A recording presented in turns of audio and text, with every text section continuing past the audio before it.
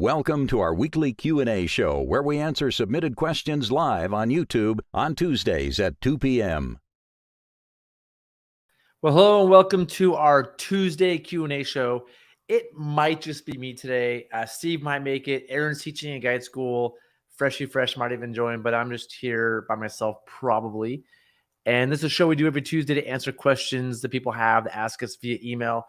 The best way to ask us questions is to go through whitewaterguidebook.com, and there's a whole Gear Garage tab. Ask us a question.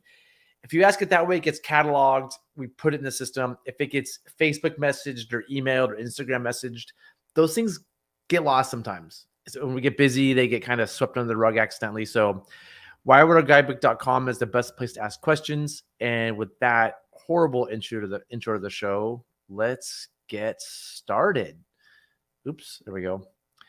So the first question is, as an outfitter, when will you be making the call to fly or drive to Boundary this year in regards to the wood jamming up the river, in particular for late June trips? I mean, a week before. I'm going to make the call when I have information, which we might find out the beginning of June that the log jams are impassable. We might find out a day before our trip. So I'm going to wait as long as I possibly can to make that decision. I might make that decision the day before. So, you don't want to fly everything in and find out you can go from the top for a lot of reasons. So, yeah. Part two, if you held a June 26th launch, how long would you wait to put a deposit on flights to Indian? I don't know. I'm not sure if you have to put deposits down. If you have to put deposits down right now for flights in June, it just depends how badly you want to go on your June 26th trip. Like nobody knows what's going to happen. My guess is 50-50, whether there's going to be the road that's going to be open or going to be closed from Boundary. That's my best guess. But honestly, I have no idea. A better guess might be 10-90, 80-70, or that wouldn't make sense. 80-20. I really have no idea what's going to happen. If you have a June 26th launch, which is an awesome launch, prime date, and you really want to go and you have to put a deposit down, I'd put the deposit down. I don't know if they're saying, hey, if you need to put a deposit down for these flights, put a deposit down. Part of the reason they need a deposit is because they need to know how many aircraft to lease, buy. They have to bring pilots in. So, if it's a gamble. You might lose your deposit, but it's also a gamble for the air company who has to. It's really hard to get all these aircrafts leased and licensed and find pilots. It's just a lot for them too. So they need some sort of financial security to do it. Same with our trips. If people book our trips, we ask them for a deposit because if they don't go, it's really harmful to our business. So I would just say, if you need to put a deposit down to make sure you can fly in and you really want to go 100% sure you want to go, I put that deposit down. I put it down right now. As an outfitter, if they ask me, they're not asking me to put deposits down right now. We might have a different agreement with them. I'm not sure. But if they said, hey, we need a deposit right now so we can get pilots online, I'd probably do it. This is a good reminder. I should probably call the air companies and just confirm that they're going to take care of us. Part three, seriously, in regards to our friend, would you bring your dog on a June 26th trip this year? If you look at the snowpack, we're looking at a pretty big water heater on the Middle Fork. It's changed a lot in the past week. We need to open up my snowpack information here. Let me see if I can share that screen with everyone. Hold on. Let's take me a second. So I have this page on whitewaterguidebook.com. This is the Whitewater Guidebook, just where I put resources to share them with people. It makes it easy to put everything in one place. If you look right now this is a great forecast. So right now it doesn't have June 26th yet, but based on this, my best guess for June 26th is 4 feet-ish. But look at the snowpack. Since it kind of took off it's been pretty average all winter. Here it's been going up. The near-term forecast is more snow and cold. So this line will probably keep going up when it should be decreasing. This happened last year. And right now we're at 118% of normal. It was 110 yesterday.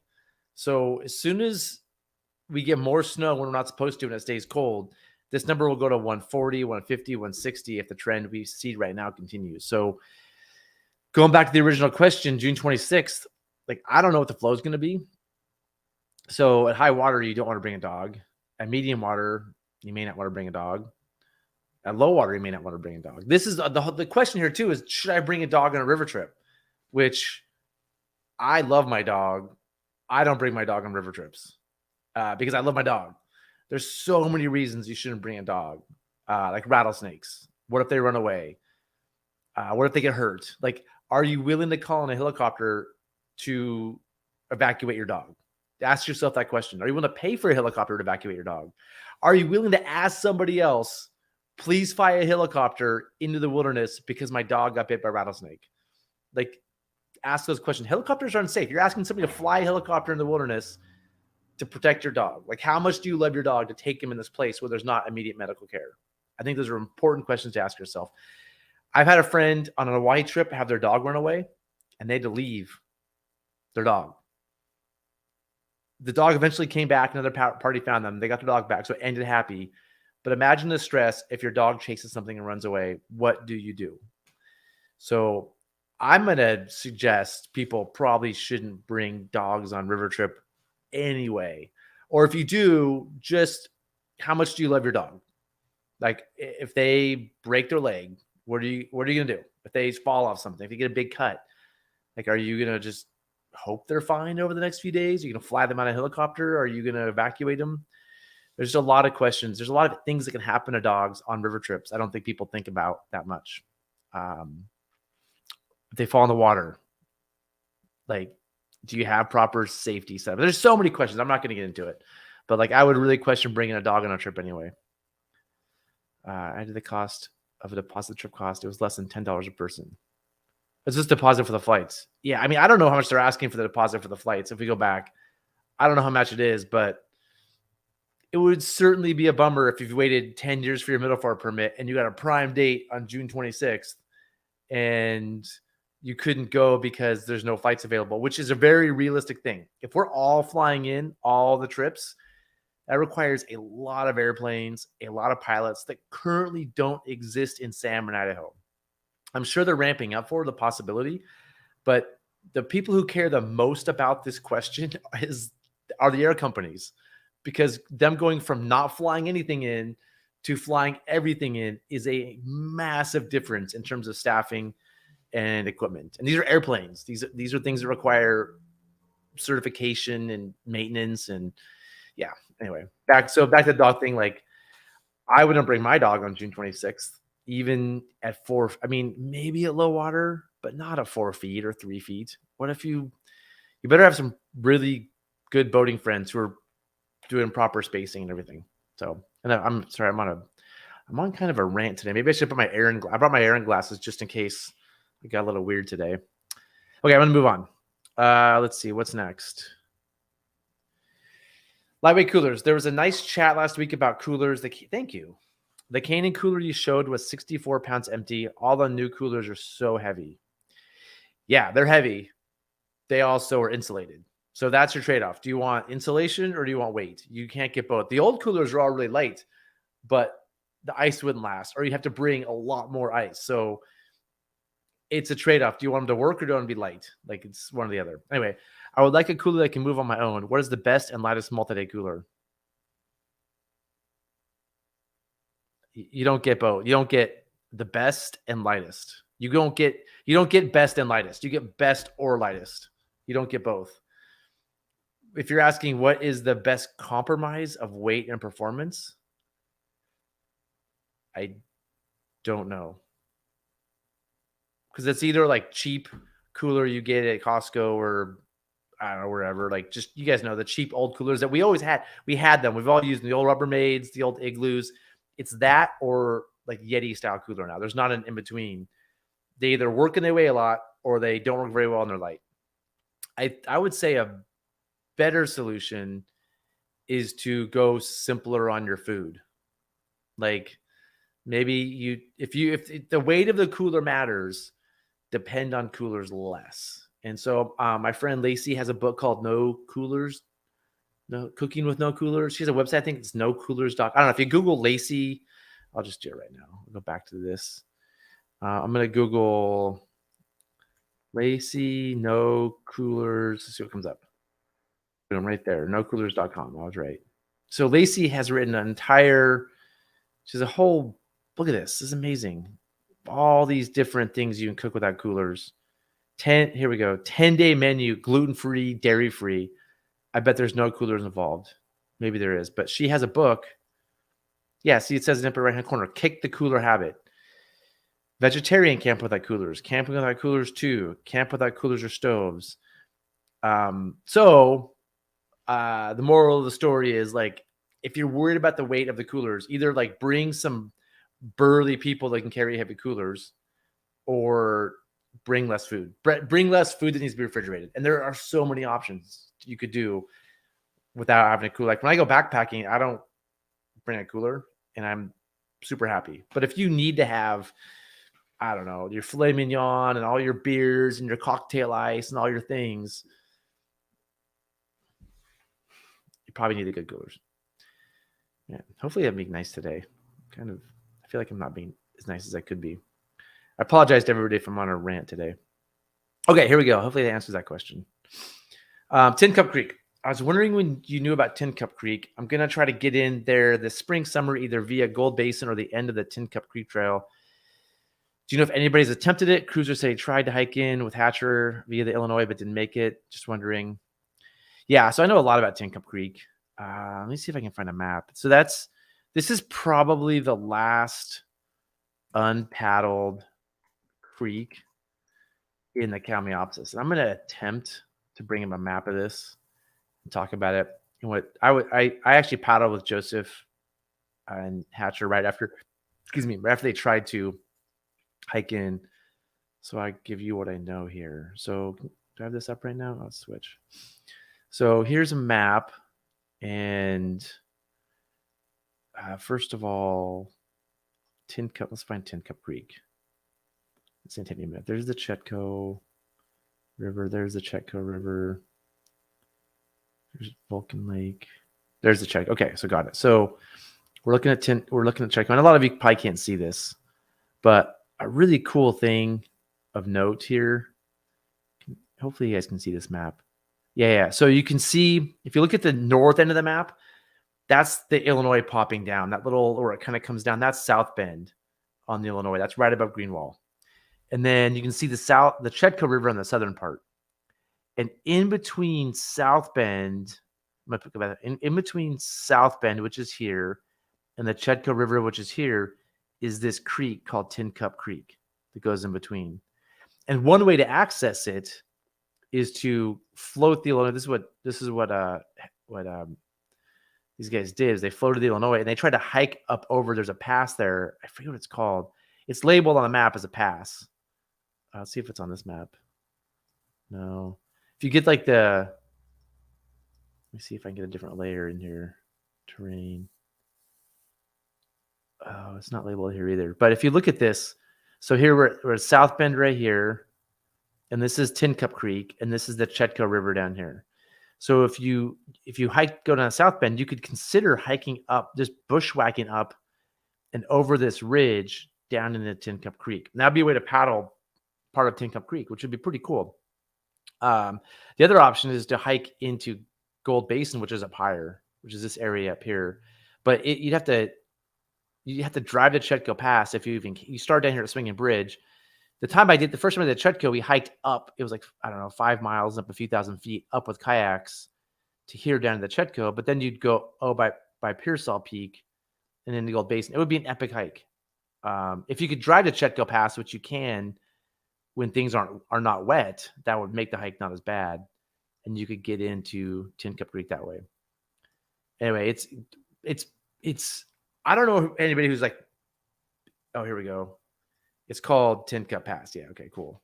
There's no trail though. It says Tin Cup Pass, but like, it's not a real pass. Like, it's not like a trail up and down to it. So anyway, so I don't know. I'm pretty sure nobody's properly paddled it, and it's sort of the last thing in the Kalmiopsis that hasn't been done. It's on a lot of people's radar. but the access is brutal. Cruiser and Joseph Hatcher, again, they tried to hike up and over this pass, but they didn't make it all that far before they gave up. And we actually had an Indigo Creek trip planned a few days later, or a day later, that they didn't want to miss. So they might have gone forward if they didn't have this. The Indigo Creek is like a once in a lifetime trip too. So they gave up on trying too hard, but it's way steeper and harder than it looks, and it's all bushwhacking up and down. So anyway, getting back to the question, I don't know if anybody has ever properly kayaked. I don't think so, but I think I talked to somebody who says they took an air mattress down it once. So again, this is a rumor and this is my memory, but somebody once told me they took an air mattress down it. That's the only thing I know about somebody paddling it. It's been on my like list to do several times, and when I think about the reality of the access, I just get exhausted and stop thinking about it. Like in the winter when I'm daydreaming, I'm like, I'm gonna do Tin Cup Creek, and then when it's spring, that's maybe flowing, I kind of change my mind. So the things I do know about it are you have no way to gauge the flow, and so when you say, for example, I want to go this spring, summer, it's probably not going to be summer because it'll be too low. And I'm guessing it's going to be spring. Maybe the times I've done the Chetco, and the Chetco is like, let's say the Chetco is like 400, 500 CFS. And I'm at the mouth of Tin Cup Creek and walk up a little bit because we have lunch at Tin Cup Creek on our Chetco trips usually. I'd say you could get a ducky down it, just bashing your way down, but a hard shell, it would be too brutal. So I'm guessing I'm just guessing here, 800 CFS on the Chetco, maybe 1200. I'm just guessing. And it doesn't do that in the summer.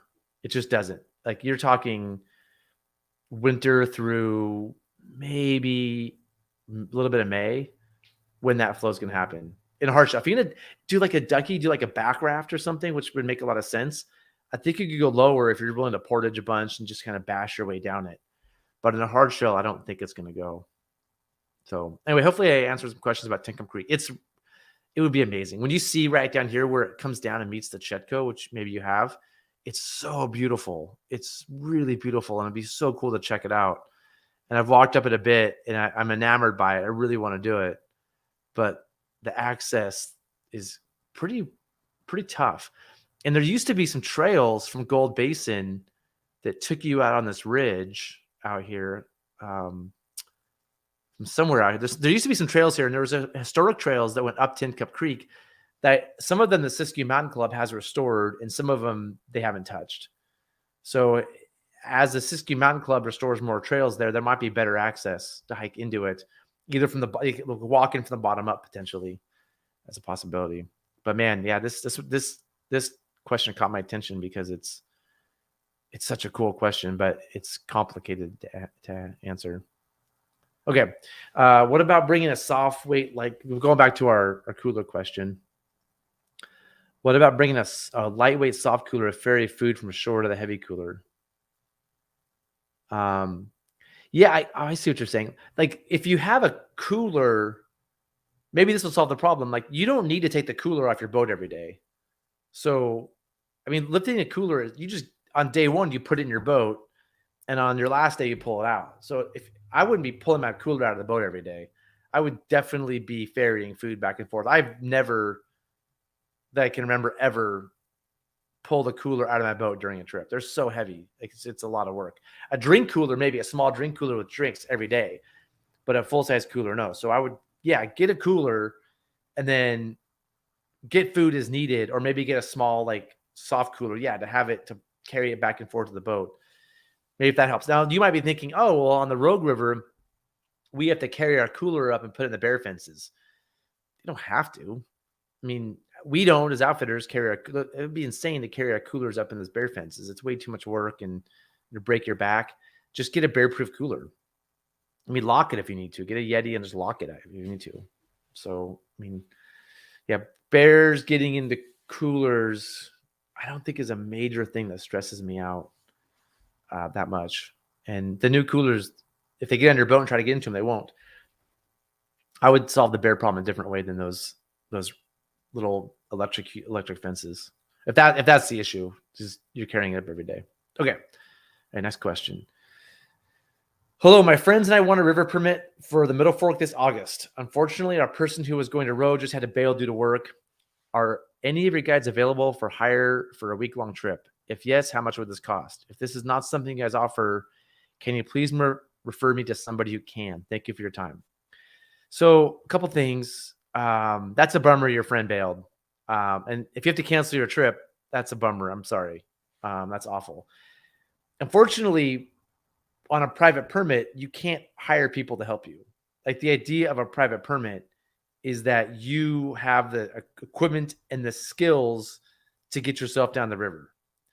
If you want to be guided, that's what commercial trips exist for. That's what, as an outfitter, that's what I do. I guide people down trips.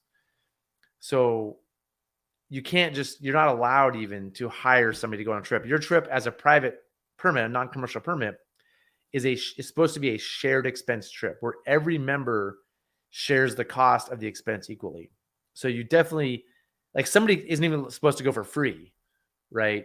Much less paying them to go on the trip. So you're not allowed to do that. If our guys get caught doing that, they lose their license. So they're not going to do this for sure. So this is really unfortunate too, because like if you at this point turn your permit in, hopefully you do it. If you can't go and turn your permit in, please do it sooner than later. Don't wait until the last minute. Like, allow another group to get it where they can invite 20 friends and use it. It's really a bummer when people get a permit, don't understand what a permit is about and how it's supposed to work, and then read the fine print and then cancel their trip a month before, and then a group of 3 uses it. It just doesn't allow people to go down the river. It's the reason people don't do the rivers, because people get permits and don't understand what that means to get a permit. And I think it's happening more and more. That's why I'm bringing it up. So if you do, so you can't do what you're asking to do. No, they're not supposed to do what you're asking to do. A commercial guide won't do it because they could lose their license to guide, among other things. And so if you can't do this, please turn your permit in sooner or later. Just be fair to other people who want to use the permit and gather a large group and have time to do that, to organize it. So I'm sorry for the bad news, but that's just how it is. Yeah. Okay. Next question. Topic. Oh, yes. New to pins and clips. I'm going to love this. Okay. Hi, I'm trying out pins and clips this year, moving from Orlocks to Orites, and have 3 questions. Okay. First, how tight should the clip be on the pin? Should it be fairly easy to remove the oar or take some force?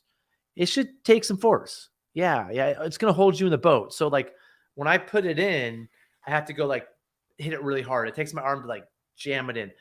To put it in, you don't want to be, it's not something you have to force in for like a long time.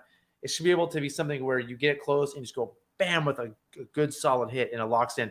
And then when it comes, you want to stop you. So like think about you rowing and you get hit, you want to hold onto your handle and it will stop your body from moving. You want it on that strong. If it slips out too easy, it doesn't help keep you in the boat. If that makes sense. So you want it to, like, you're rowing, you hit a rock and you move, the oar will hold you in the boat. And then when you're done at the end of the day, you want to pull it out with, it's going to take a bigger jerk to get it out. Like, it's harder to get it out, which is a good thing. But yeah, you want it in there pretty good, but not like locked in. Okay. Next, hopefully that made sense. It's hard to describe in words. Second, what do you take in your repair kit on the multi-day trips of pins and clips? I take a spare pin with a ball on it. Actually, let me grab it here real quick.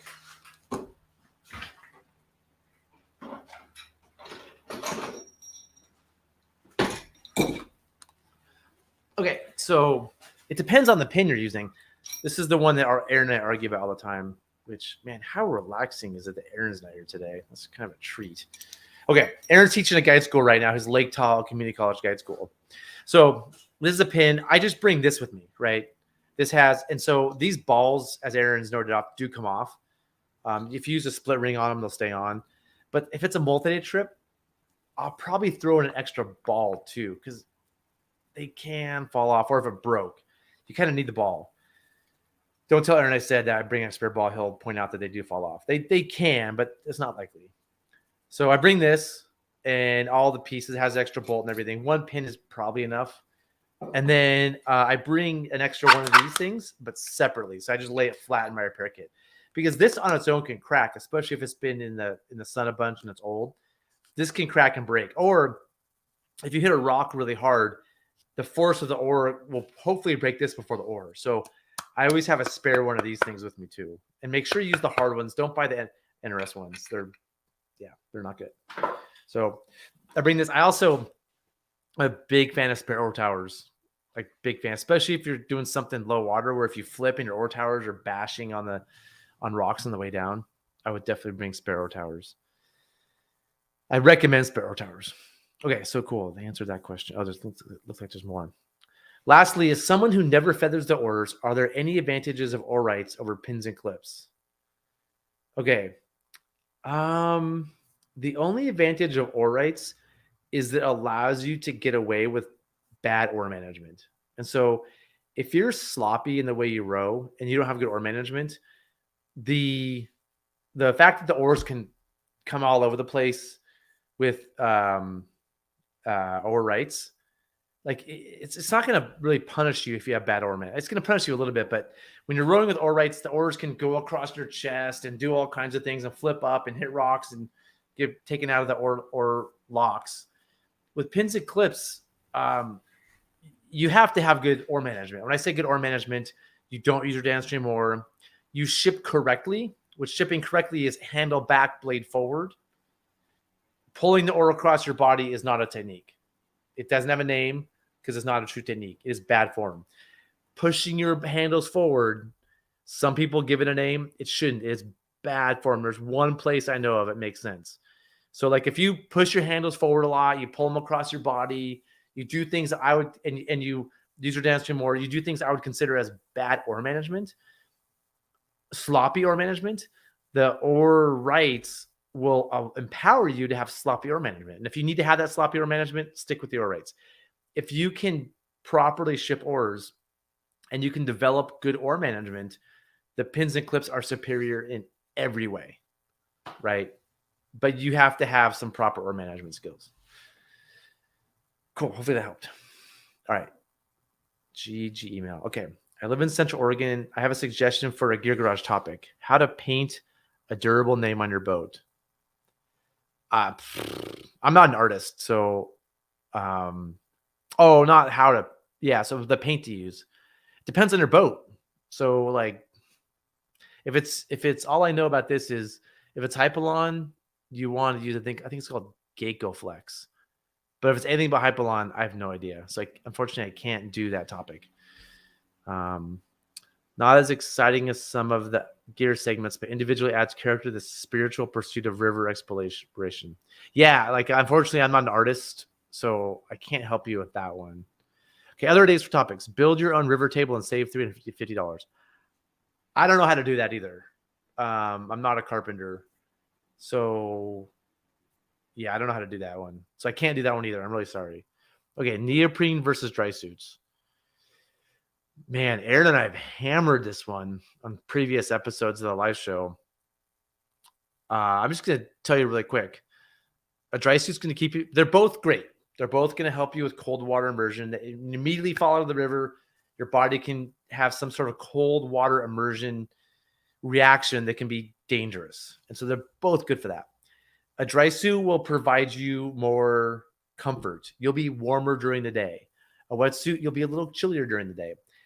If the temperatures increase in the air temperature, the wetsuit, you'll be the right temperature. The dry suit, you're going to be sweating to death and dying. So it does depend a little bit on air temperature too, which one you're more comfortable in during the day. A wetsuit adds flotation.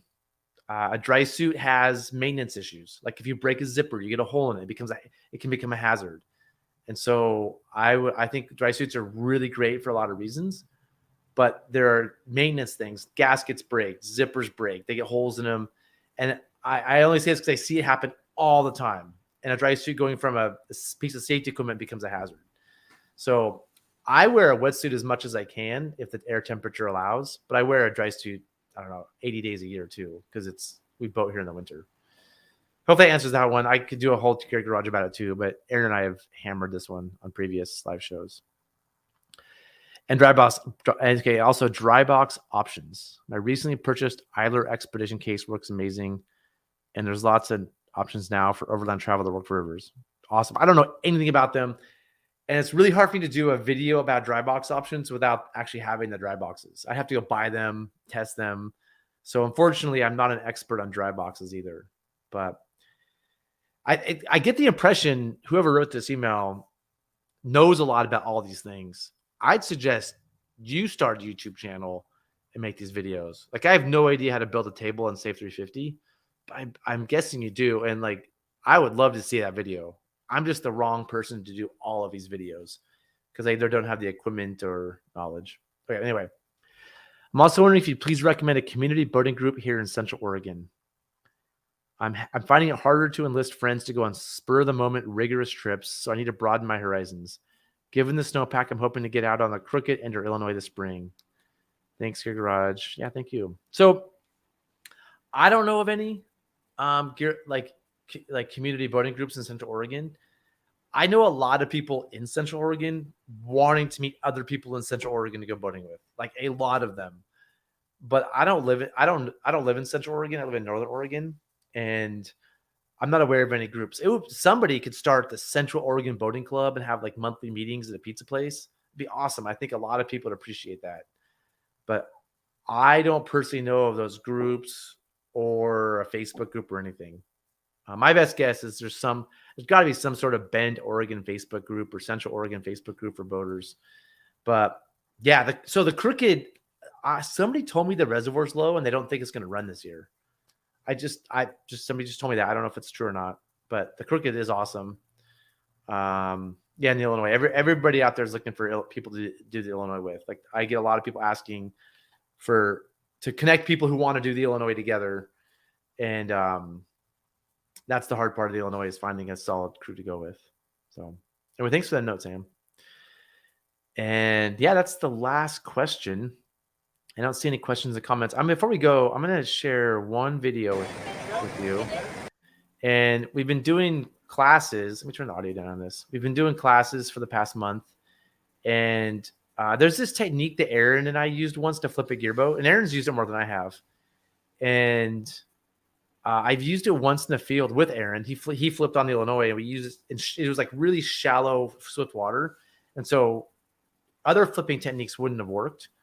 But this one's really cool. And I've used it for real a couple times in classes recently, and we've been training people on it, where you put your ropes under the boat, and then you just one or two people flip it over. One person can do this. It looks clumsy right now, but it's brilliant. Like, I love this technique, and just wanted to share it with everybody today.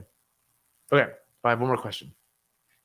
What do you use to remove Terate A? I've tried isopropyl alcohol, but it doesn't seem to be working. So Blair, I've never had a problem removing Terate type A myself.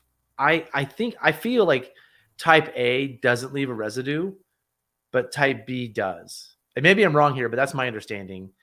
I've had type B using a residue for sure. So I'm surprised to hear type A leaves a residue. Maybe after a year it does or more, but I've left type A for a long time and I haven't had a problem.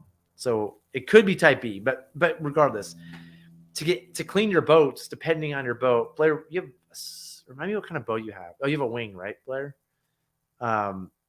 You need MEK probably. Like, you need a solvent. And so if it's Hypalon or maybe PVC, you get toluene, which is a nasty chemical that you don't want to breathe or touch or be near.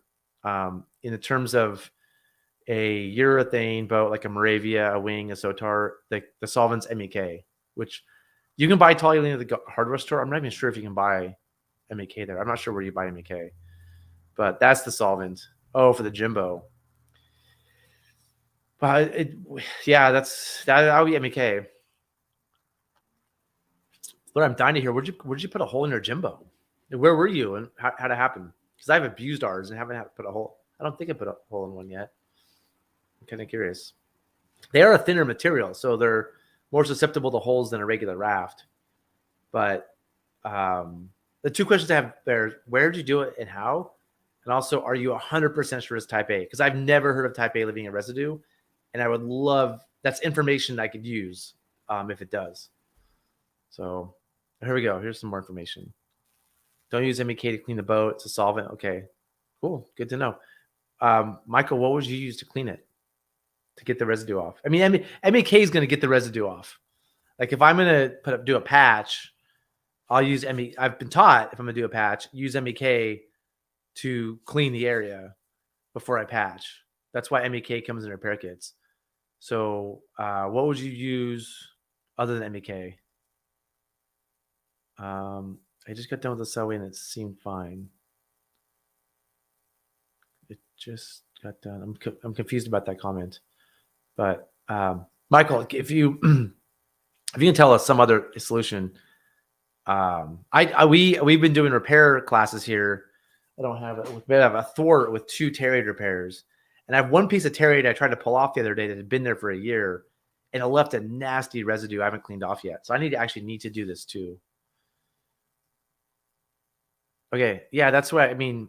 I always thought the MEK was to clean the area before you patch it, right? Don't you use it? You clean it, and then you sandpaper both sides, apply the adhesive, maybe apply the adhesive again, maybe dab a little MEK on it, and then put it together.